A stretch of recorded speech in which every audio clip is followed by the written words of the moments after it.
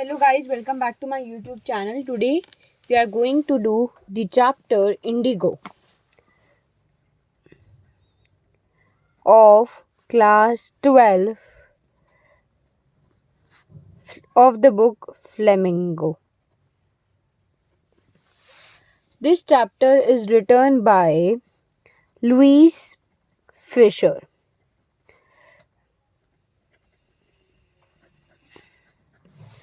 Actually, in this chapter, we are reading the story of the time 1916 to 1917. हमारी story 1916 से 1917 की बात चल रही। जो लुइस फिशर हैं ये 1942 में स्टोरी को नरेट कर रहे हैं। 1942 में उन्हें ये स्टोरी ये नरेट कर रहे होते हैं। क्या होता है एक्चुअली, गांधी जी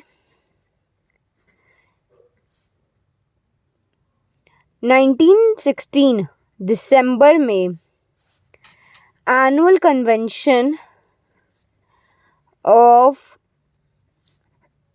INC मतलब इंडियन नेशनल कांग्रेस की मीटिंग अटेंड कर रहे होते हैं। वहाँ पर एक पेजेंट आ जाता है जिसका नाम होता है राजकुमार शुक्ला। राजकुमार शुक्ला कौन है? एक राजकुमार शुक्ला एक पीजेंट है, एक फार्मर है। राजकुमार शुक्ला एक पीजेंट है, एक फार्मर है जो बहुत पुअर है, ठीक है। But he was poor but he was resolute also. ये वर्ड आपकी बुक में यूज्ड है उसके लिए। रेजोल्यूट का मतलब होता है डिटरमाइंड, बहुत डिटरमाइंड है।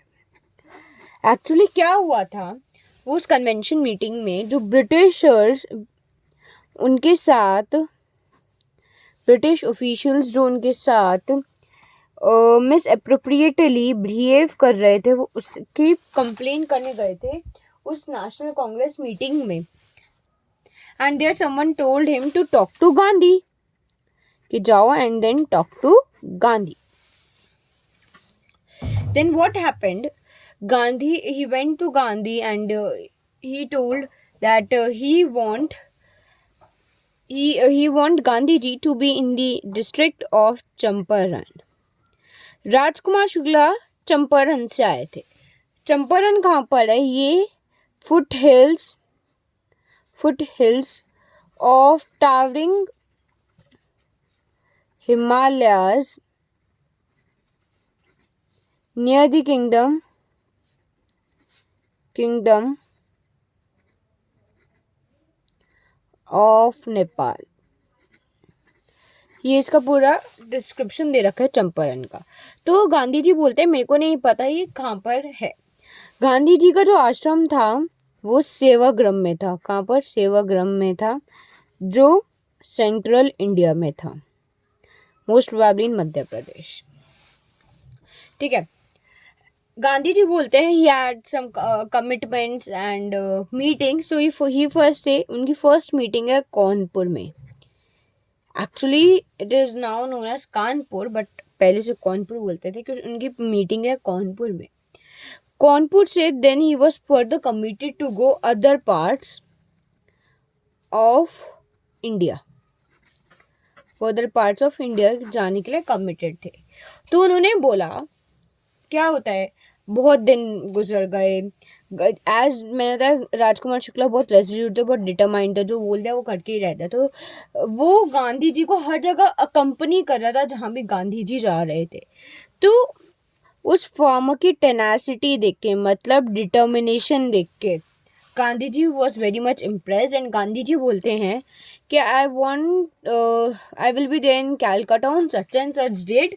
उन्होंने बोला कि तुम मेरे को आओ एंड मेरे को वहाँ से पिकअप कर लेना। Okay, so Rajkumar Shukla was very happy as Gandhi ji fixed a date, because he was begging to Gandhi ji to fix a date. Now, Rajkumar Shukla was sitting on his haunches मतलब घुटनों पे बैठा हुआ था for several days, and day came when Gandhi ji arrived. अब Gandhi ji arrive होते हैं। From Calcutta they boarded to Patna by a train, Patna in Bihar, वो बिहार चले जाते हैं। They went to Patna, Patna में ट्रेन से पटना जाते हैं। ट्रेन में Rajkumar Shukla along with Gandhi went to house of Rajendra Prasad. Who is Rajendra Prasad? Rajendra Prasad is a lawyer. Lawyer Rajendra Prasad. उस टाइम पे Rajendra Prasad was not available, वो घर पे नहीं होते, एंड उनके सर्वेंट्स गांधी जी को और राजकुमार शुक्ला को एक पुअर पीजेंट से जानते थे, and they tend to understand Gandhi ji as also a poor farmer और पेजेंट, जो उनके मास्टर राजेंद्र प्रसाद को दुखी कर रहे थे। तो जब वो दोनों कौन, गांधी जी एंड राजकुमार शुक्ला कहाँ पर जाते हैं, जब राजेंद्र प्रसाद के घर जाते हैं, उधर उस टाइम वो नहीं होते, एंड उनके जो सर्वेंट्स हैं वो लोग क्या करते हैं, वो इन राजकुमार शुक्ला को एक पुअर पीजेंट मानते थे, एंड वो गांधी जी को भी मानने लगे बिकॉज ही अकम्पनीड हिम, और उन्हें कैसे पता चलेगा कि नहीं वो फार्मर नहीं है, और उन दोनों को वो बोल देता जमीन पे बैठ जाओ। गांधी जी को they didn't allow to draw water from bucket, because क्यों, इस पे क्वेश्चन बहुत इंपॉर्टेंट क्वेश्चन बन सकता है, क्यों बकेट से वाटर ड्रॉ नहीं करने दिया, बिकॉज जैसे मैंने बताया वो राजकुमार शुक्ला को एक पुअर पेजेंट समझते थे, and they seemed Gandhi ji to be like also a poor peasant. उन्होंने गांधी जी को भी समझा कि वो पुअर पीजेंट ही हैं। तो उस टाइम पे माल प्रैक्टिस ऑफ अनटचेबिलिटी बहुत प्रिवेल करती थी।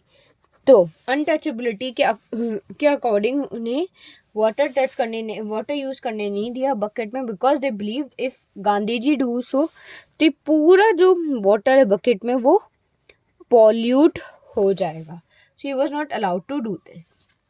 ये एक अनटचेबिलिटी का इस पर क्वेश्चन आ सकता है कि हमें रिजिड कास्ट सिस्टम शो करना है इंस्टेंस देते हुए, तो हम ये शो कर देंगे।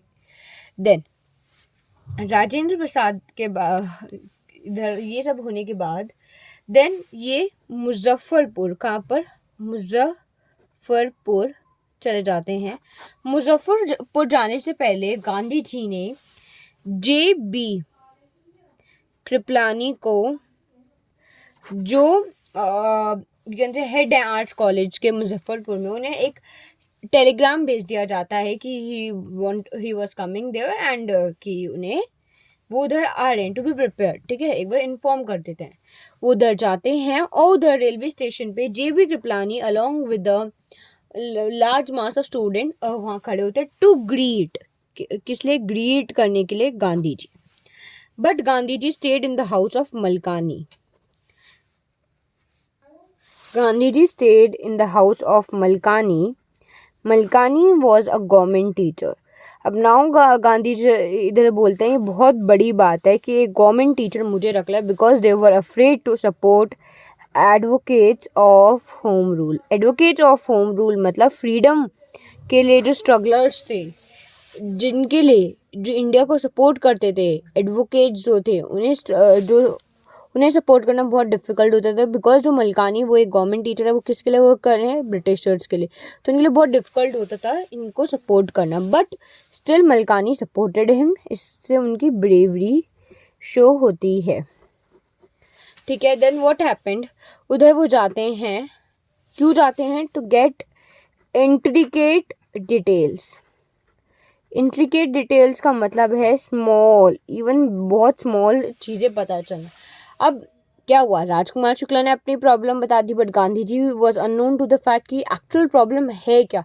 सो उस एक्चुअल प्रॉब्लम को जानने के लिए, वो इंट्रिकेट डिटेल्स कलेक्ट करने के लिए वो मुजफ्फरपुर जाते हैं।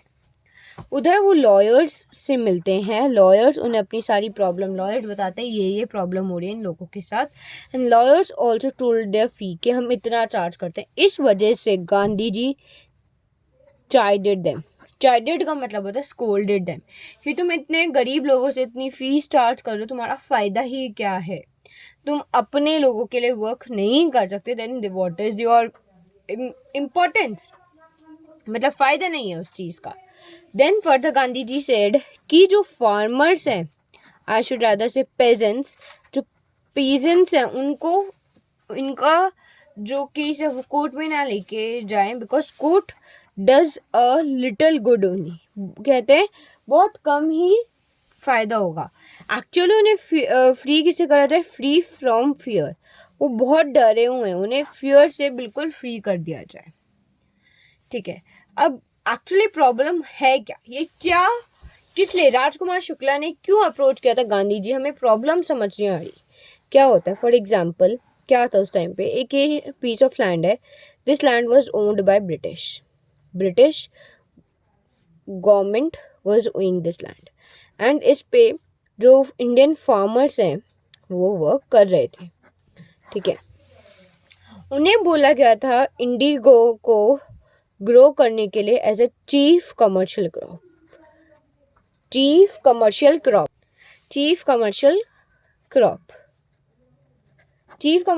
स्टांस, मतलब जो most of the income generate होगी वो यहीं से जनरेट होगी। What is an indigo, indigo एक वाइट कलर्ड डाई होती है। ठीक है, अब ब्रिटिश गवर्नमेंट ये कर रही थी, अब क्या है, फॉर एग्जाम्पल ये 15% तो नहीं है, ज़्यादा ले लिया, 15% को हम 3/20 शेयर ऑफ लैंड भी बोलते हैं। अब ये क्या हुआ कि ब्रिटिश गवर्नमेंट उनसे कोई रेंट चार्ज नहीं करती थी, वो बोलती थी बस 15% पे इंडिगो कल्टीवेशन करो, तुम इंडिगो की कल्टीवेशन तुम हमें दे देना, बस नो रेंट, कुछ भी नहीं।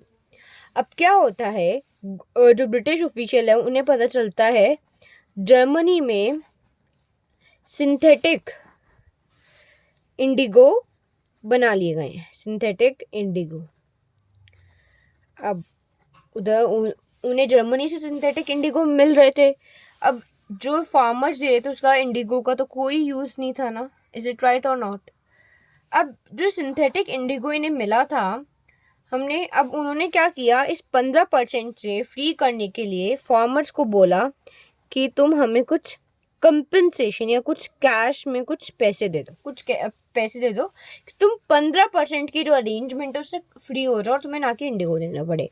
कुछ लोगों को फ़ायदा लगा बिकॉज की जो सॉइल है, देखो अगर तुम एक जगह इंडिगो क्या कहते हैं उगा रहे हो और एक जगह तुम ये फूड क्रॉप्स उगा रहे हो, that will just ruin the quality और you can say texture of the soil.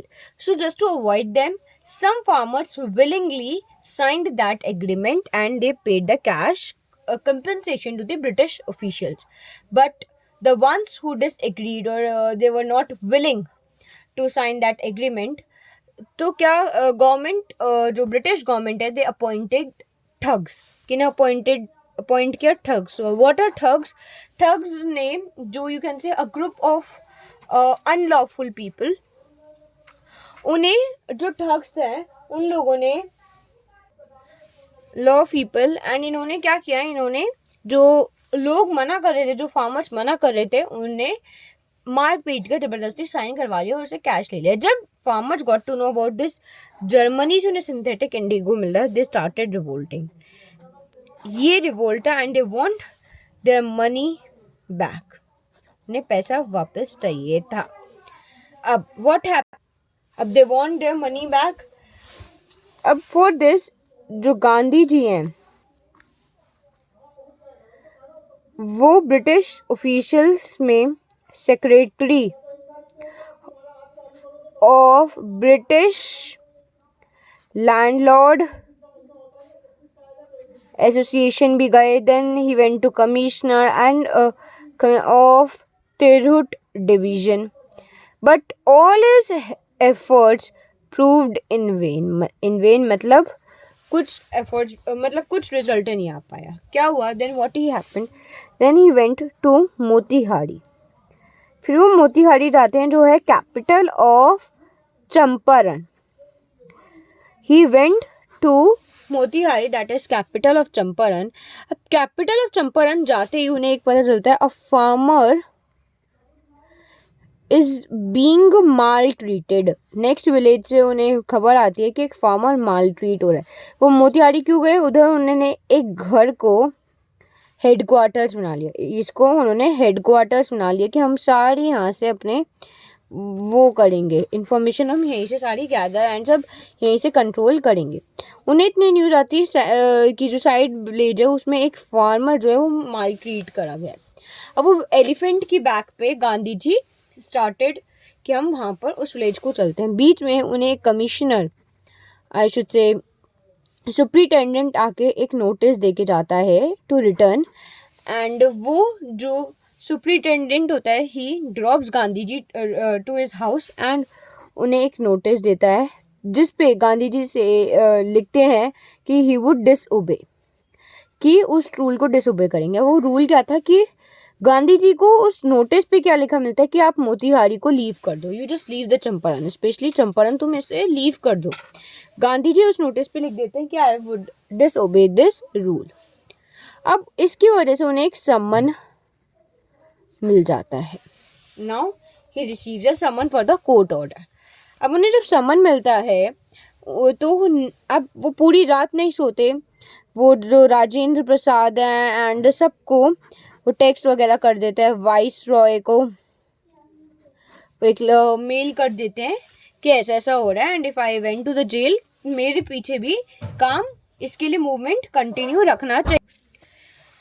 Vice Roy को भी लेटर लिखते कि अगर मैं वहाँ चला जाता हूँ जेल में तो मेरे पीछे भी प्रोसीडिंग्स कंटिन्यू रहनी चाहिए। तो अगले दिन कोर्ट के आगे देयर वाज अ क्राउड की वो ऐसा लगा था दैट इट वाज ब्लैक, जो मोतीहारी है चंपारण का part, that was black with peasants. Black with peasants का इधर दो मीनिंग है कि एक तो फुल वाला मीनिंग हो सकता है या फिर वो इंडियंस से फिल था जो प्रोटेस्ट कर रहे थे। Indians were considered black as compare to Englishman because Englishman were whites, तो इसलिए भी ब्लैक यूज हो सकता है। अब जो ब्रिटिश ऑफिशियल्स थे दे बैफिल्ड का मतलब होता है कंफ्यूज्ड, वो कंफ्यूज हो गए and they seeked Gandhi ji's help कि ऐसे ऐसे आपको कि कंट्रोल करना है। गांधी जी कंट्रोल। अब क्या होता है उनका जब लॉ स्टार्ट हो रहा होता है, उनकी जब मीटिंग स्टार्ट हो रही होती है तो उनके जो लॉयर जो वो होते हैं जज, वो बोलते हैं हमें कुछ और दिन का टाइम चाहिए। तो गांधी जी सेड नो, क्या आज ही सब होगा। तो उन्होंने 120 मिनट्स का रिसेस रखा एंड 120 मिनट्स के बाद भी उन्हें कुछ भी सॉल्यूशन नहीं मिला एंड दे आज देन कि गांधी जी को कि तुम बेल लेके छोड़ देंगे हम तुम्हें। गांधी जी ने बोला I will not ask for bail, तो उन्होंने ऐसी गांधी जी को छोड़ दिया and he was permitted now to live in Champaran. After that what happened कि अब गांधी जी नेक्स्ट डे क्या होता है, नेक्स्ट डे वो मीटिंग बैठा होता है, वो बोलता है अगर बाय चांस मैं सच असली में सेंटेंस्ड टू प्रिजन हो जाता हूँ तो मेरे पीछे तुम लोग क्या करोगे। तो एक बहुत बड़ा लॉयर सेट कि हम कुछ नहीं करेंगे, हम आपके एडवाइस के लिए आए थे and if you went to the jail we will go back to our homes. तो गांधी जी इस बात को बोलते हैं फिर फ़ायदा नहीं है कुछ भी, नो इम्पोर्टेंस। इतने में ही जो राजेंद्र प्रसाद थे बहुत सीनियर लॉयर, वो कहते हैं जस्ट गांधी जी से कि just give us some time for discussion and वो डिस्कस करते हैं कि अगर गांधी जी तो आउटसाइडर हो के चंपारण डिस्ट्रिक्ट के थोड़े ना, वो उस कैटेगरी से थोड़े ना बिलोंग करते हैं, उन्हें देखते थोड़े ना कैसी प्रॉब्लम से बीतते हैं वो लोग। स्टिल अगर वो इतनी हेल्प कर सकते तो राजेंद्र प्रसाद सेड अगर हम हेल्प नहीं कर सकते तो ये हमारे लिए एक डिसर्शन होगा। डिसर्शन मतलब शेमफुल एक्ट होगा।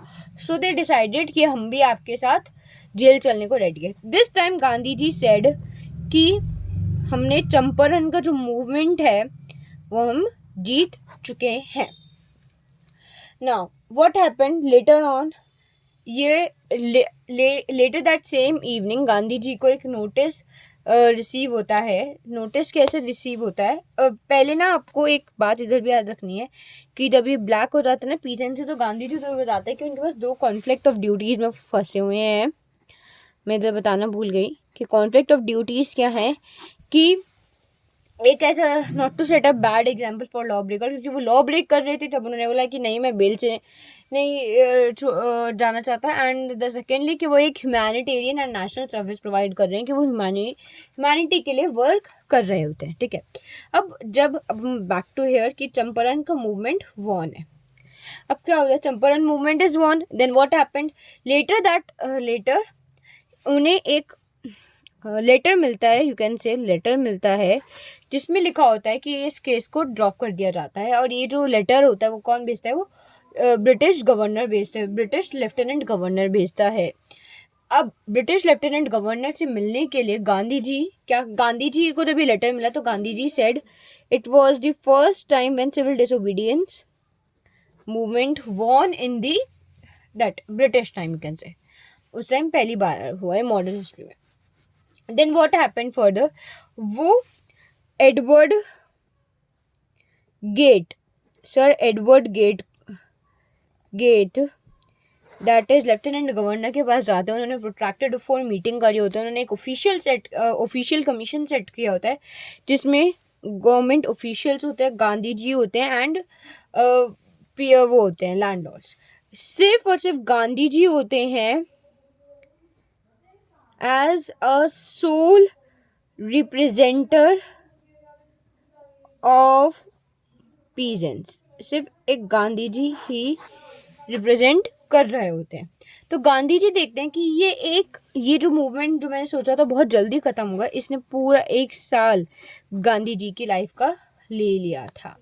देन गांधी जी, ये तो चलता है कॉन्टिन्यूड था. देन गांधी जी आप देखते हैं कि जो चंपारण है बहुत culturally and socially backward area है. Culturally and socially backward area है, तो उसको इम्प्रूव करने के लिए उन्होंने क्या करा, इसको इम्प्रूव करने के लिए they just simply did one thing कि उन्होंने जो टीचर्स बुलाए वहाँ से बाहर से, उन्हें हेल्प कर पढ़ने में and all things like this.